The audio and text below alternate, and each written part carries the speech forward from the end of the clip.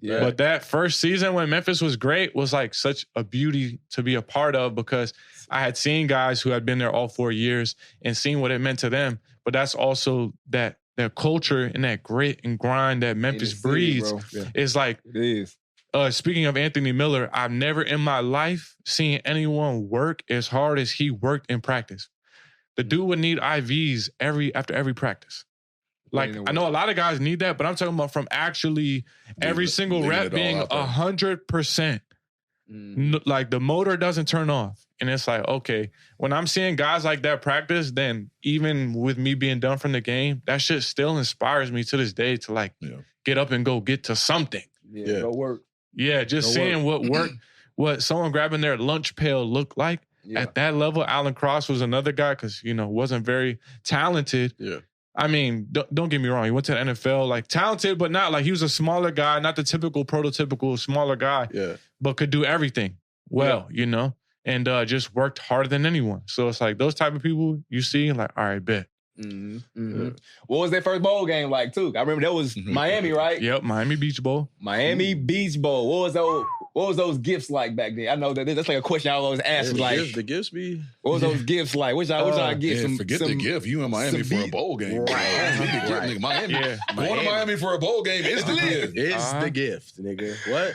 I was in Miami. I remember beat the dog shit. Well, it was a close game, but we did beat BYU in overtime. They will give you like a set amount of points. You could. The point system. Yeah, and then based on the points, was like you could choose what you wanted. So I had got like a recliner one year, and then another year I got like a Bluetooth speaker. Yeah. And then one year though, when Paxton knew he was going to the league, he got a 12-man tent. That we just, he spent all his points because everything that he could have got, he already had endorsements for. You hear me? So he grabbed like a 12-man tent, and we thought we were all gonna sleep in the backyard for one night, and folks didn't make it even half the night. Shit was sketchy. Yeah, it's like you start saying, it's Memphis, You're like, what the hell we were thinking? Yeah, let's back in the house. Man, what in South Memphis too? No, I'm going home. Yeah. But that's That's what's college, up. That's what's up, man. That's what's up. And but the Miami Beach Bowl, speaking of which, though, that was the game where the brawl happened at the end of the game. Yo, y'all did fight at the end of that fight at the end of that joint. I remember talking to my brother and thinking about all the niggas from OB. I'm like, damn, what the fuck happened, bro? Like, what happened? He was trying to tell me the story, but BYU, honestly, he was saying, I guess more. It was like. BYU from the sideline, from the sideline, they were saying some crazy stuff. Like they were using the N-word, things of that nature. I believe that. Yeah, that's Brigham Young. Yeah, BYU, and it's like they say that they'll say certain things to try to get under the skin of players and try to get you to react. But then this was a double overtime game. Yeah. So what's crazy is Jake Elliott had like gone out to kick and they tried to freeze him. He ended up shanking one and then comes back after the shank and then drills one to send us to OT. And then this was when we had Deshaun Terry had got the game sealing pick. Damn, they really out there fighting. Oh yeah, nah, folks. They was brawling, my nigga. Yeah, somebody was getting their ass whooped. Oh, 12. You a bitch. Yeah. You a bitch. Yeah. Oh, he mad. He already got popped. Yeah. He already got popped already. That's what he was trying to get back. Yeah, that was a get back. Because he's already fucked. Yeah. I'm like, bro, watch what you say. Watch your mouth. Watch what you say. Watch your mouth. Watch what you say. Trying to squabble with Memphis is like, there's better decisions you could make. You hear me? Tell him again, There's better decisions you can make than that. Because shit, we might not even beat you in football, man. We gonna throw the ass, though. Yeah. I'm fucking weak. But I remember after the game was won, I threw my helmet up in the air and I'm like doing the Cam Newton airplane joint. I'm selling, and then I look over and I'm seeing folks they fighting each other. So I found my the biggest lineman I knew, Taylor Fallon. Shout out to T. Fallon. And I was behind him talking crazy. He said, yeah, nigga, weak ass shit. And we whooped y'all ass. Yep. Oh, yeah, that for jacking. Nah, that's crazy as hell. Yeah. Anyway, okay. All right. Look at Coach. He don't even know they fighting. They just won. I'm fucking weak. They over there. Nah, facts. Damn, this is a crazy. Like, because there's people celebrating and there's people fighting. And like, people had got suspended going into next season. Oh, like, yeah. There was a lot of tape reviewed, but Yeah, I mean but that's so Memphis though. It's like when you watch the movie like Straight Outta Compton, and it's like, okay, that's so LA or like that's so West Coast. That's it's like, crazy. bro, That's this shit Memphis, bro. here is like, okay, even though it's frowned upon, like this shit is so Memphis, and I love it. I love it. Memphis, man. You can't cross that line. You can't. No. I mean, we just reacted. You're not supposed to act like that either. But yeah, damn.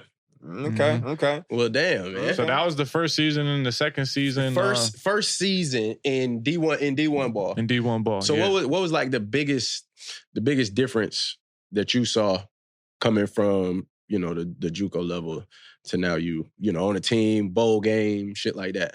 Yeah, just the overall game experience. Like I remember being in UCLA against for like in the Rose Bowl. Yeah, and even though I didn't play, I'm like, damn, this is the Rose Bowl. Like just being, I'm such a fan of the game. That's why even now I don't play. I still like make a lot of football content because I love the game. Right. So there it is right there. So like we had took a picture after walkthroughs at the Rose Bowl. And so for me, it was like the up close experience. But then the thing that sucks about being a backup in all those games is like, y'all know when you get that first hit, them butterflies are kind of gone. Yeah. Mm-hmm. Or it's all right, bet, we're here, let's play. Yeah. When you're the backup, you never get those butterflies knocked out. So like the whole game, I'm on the sideline like, damn, I'm not warm.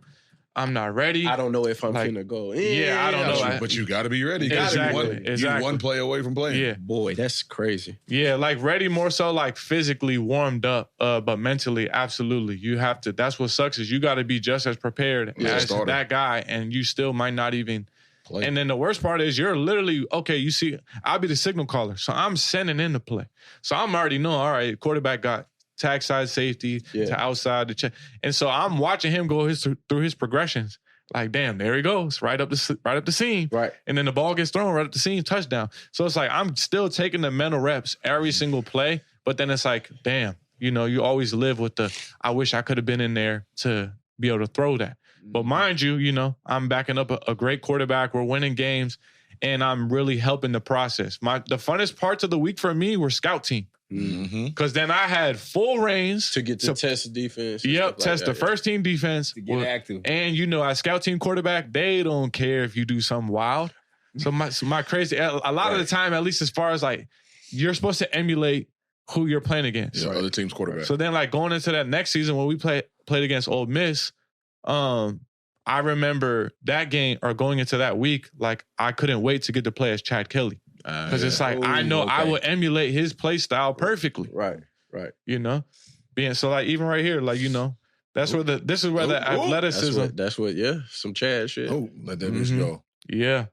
And then even afterwards, the celebration, like, don't touch me. But mind you. Oh, yeah. But mind you, that's just because the aura was just. The aura was reeking. Bro, when you're on first team defense. It was reeking. And the scout team quarterback doing some shit like this. Trying to tear your head off. Niggas is hot. I'm trying to tear your head off. Niggas is fucking hot. He's trying to tear your head off. Oh, I know. Boy. But mind you, I'm ripping 3 GBs before every practice, though. Wow. I'm showing up to practice zooted with the visor on. But mind you. He's on a different planet. But that's exactly, it's like once the helmet would go on, then I would even write my name on the board as Lamar Jackson or Tyrod Taylor. But this is even before Lamar was in the league. This is when he was still. You watching tape. I was fucking with Lamar Jackson because of a practice clip that he put up on his IG of him just making people look crazy, just read option drills. Yeah. Like he hadn't even touched the field yet. And I'm like, oh my God, he's him. Yeah. Like you could just see it. He's a student, not a fan of the game, a student of the game. Truly. Right. And I always wished I could do what they do. My favorite, like I have a wall of framed signed jerseys in my office where it's like Lamar Jackson, Tyrod Taylor, Mike Vick, and all those guys do what I wished I could do. Right. Which I wish I could run a 4.3, 4.4. Me too, bro. Yeah, Me like too. it's He said me too. all I can never do is on the video games with the creative players. You hear me? Facts, bro. Facts. So I would just come in so zooted and I would write my name down as them and just get in the mindset where as soon as that helmet with the visor goes on, I'm becoming a character. Yeah. Exactly. Right. And I was always big into drama and like screenplay and role play. We were talking about movies earlier. Yeah. Like I was that kid where I was always doing drama and acting and stuff. But then outside of that, I'm going to play football, basketball, do athletic things. But it's so similar where you have to get in the mind state, and I'm sure boxers or fighters or any athlete, even performers, probably try to get in. Right. Beyonce talks about Sasha Fierce, you know, like people have like alter egos or things that they tap into to try to get the most out of themselves. And yeah, it was just the funnest. Being out there fried, just, you know, playing scout team QB, you could do whatever you want. So what was it like when you finally got that action? We know Paxton went on to the league, got drafted. So that's what's crazy. Paxton was there for that next season. We had like went undefeated, and then we ended up losing like a string of like 2 or 3 games. Yeah. But at that point, Auburn beat our ass in that. In that bowl game. But that bowl game, like Justin Fuente had already left. Yep. So it was like we had some coaches. I got to ask you about that too, but go ahead. Yeah, we had some coaches who were like still hanging around, but we knew they were on to do their next thing. And it just at that point you could tell the team had already been checked out because it was like the season didn't end how we wanted it to, especially being like ranked and being undefeated. And then the coaches leaving. That was the first time we was ranked in a long ass time too. Yeah. But that season I was actually redshirting. So because I was such a good like teammate and had a good personality, I had a 3.6 or 3.7 GPA. Like I wasn't bullshitting in school. And then I was on my entrepreneurial stuff where like I spent more time in the crew center, which is literally this whole center for entrepreneurship. Yeah. I basically had my own office in there. Like the people in there, still to this day, I could go in there and say what's up. Like, because to me, that was like, it was just whiteboards and people coming in with ideas of different businesses. It was like Shark Tank, but all the time. See, that was like, cause so like at that time, I still remember that, cause that was in the UC. Yeah. It was in UC. And like that was slick still new when I was there. Like UC was probably only been around for probably like a year and a half, maybe 2 by the time I graduated. And I do remember I had like some of my younger frat brothers. They used to go there all the time. That was when they used to come up with their most creative ideas for our weeks. Obviously, you know, whenever it was like a pep rally, business ideas, all of that. The fact that you took advantage of that while you was there, bro, is just fire, bro. That's fire. But once again, mind you, I'm fried while I'm in there.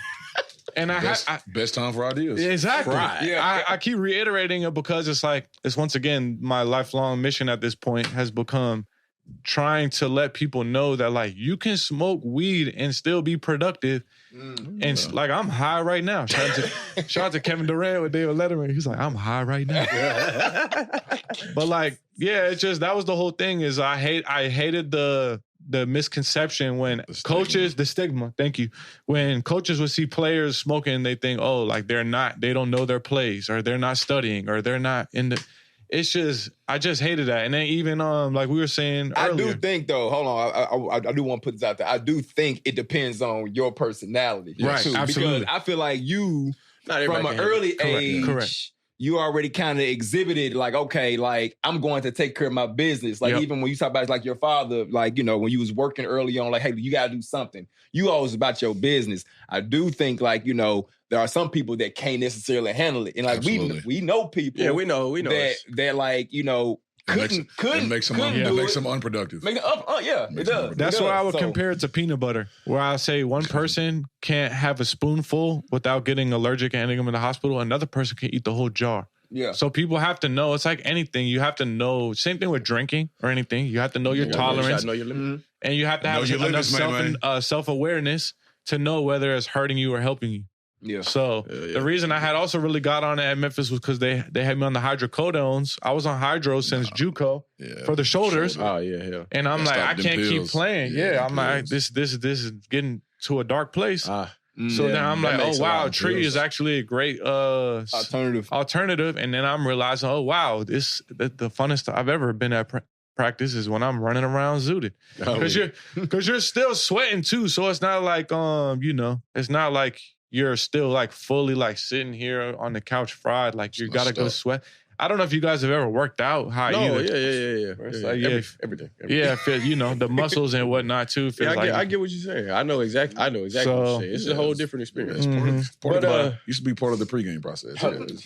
Yeah, I just kept failing drug tests at Memphis, and it was like the whole thing for me is like the pH level when you take the test. If you have higher than a 15, it's like, all right, bro, you got some THC in your system. And my shit was like 743 or something, 743. But that's because I literally was fried before I took. I had got fried before I took the test, like immediately before. That's crazy. But like you said though, them pills will take you there. Them pills will take you out of there. Yeah, them pills will take you out of there. Them pills will mess you up. Like, and that's the first thing they should have done. That's the first thing they give you. Yeah. Mm-hmm. But so get back. So you started playing after Pac left, right? No, so he left. That was after his second season. I redshirted that season. So now I have one season left as a redshirt senior. And they brought in a guy named Riley Ferguson. I remember Riley Ferguson. Who went to Tennessee and then ended up going to JUCO. And he played in the same JUCO as me, put up even better numbers than I did in that conference. And I think Riley was actually the best, had the most accuracy, I should say, out of the three of us. Yeah. Out of me, Paxton, and Riley, I think he had the most accuracy, at least as far as like downfield. Paxton had the strongest arm and was probably the hardest to tackle, and also being that tall too. I mean, you don't really even have to worry about looking through windows with the O-line. You see over everybody. But Riley was tough. He was so tough. And he actually ended up becoming my best friend then once Paxton left. So then Paxton went to the Broncos, and then me and Riley are hanging out every day. And he ended up starting. Now, the beautiful thing about it is I actually ended up getting to play against Cincinnati. So Cincinnati, I was the MVP against Cincinnati. And you played the game, yeah. Yeah, player of the game. So that's where it's like, finally I get to show, like, I'm not just a scrub sitting back here. I'm ball. Yeah, I'm behind two quarterbacks from Memphis that ended up going to the NFL, period. Yeah. Like, and it's like, the hard part for me was not necessarily losing that confidence, you know? Like checking out type shit. Exactly. Because it's like, you know I'm good, but it's like, damn, now I've been put as second string twice, you know? Right. So I'm like, how good am I really? You know? And then getting to play against Cincinnati, I was like, okay, bet. That was just the reminder to me, kind of like, I feel like a present from God, where it's like, okay, all this, I was 13 to 15. 138 yards. 2 touchdowns. Balled out. Oh, yeah, you balled out, cuz. Efficient. You balled out. But sure. So you didn't see much playing time after that. And what is it? 8 carries for 11 yards? See, that's what I'm saying. I wish that was Lamar.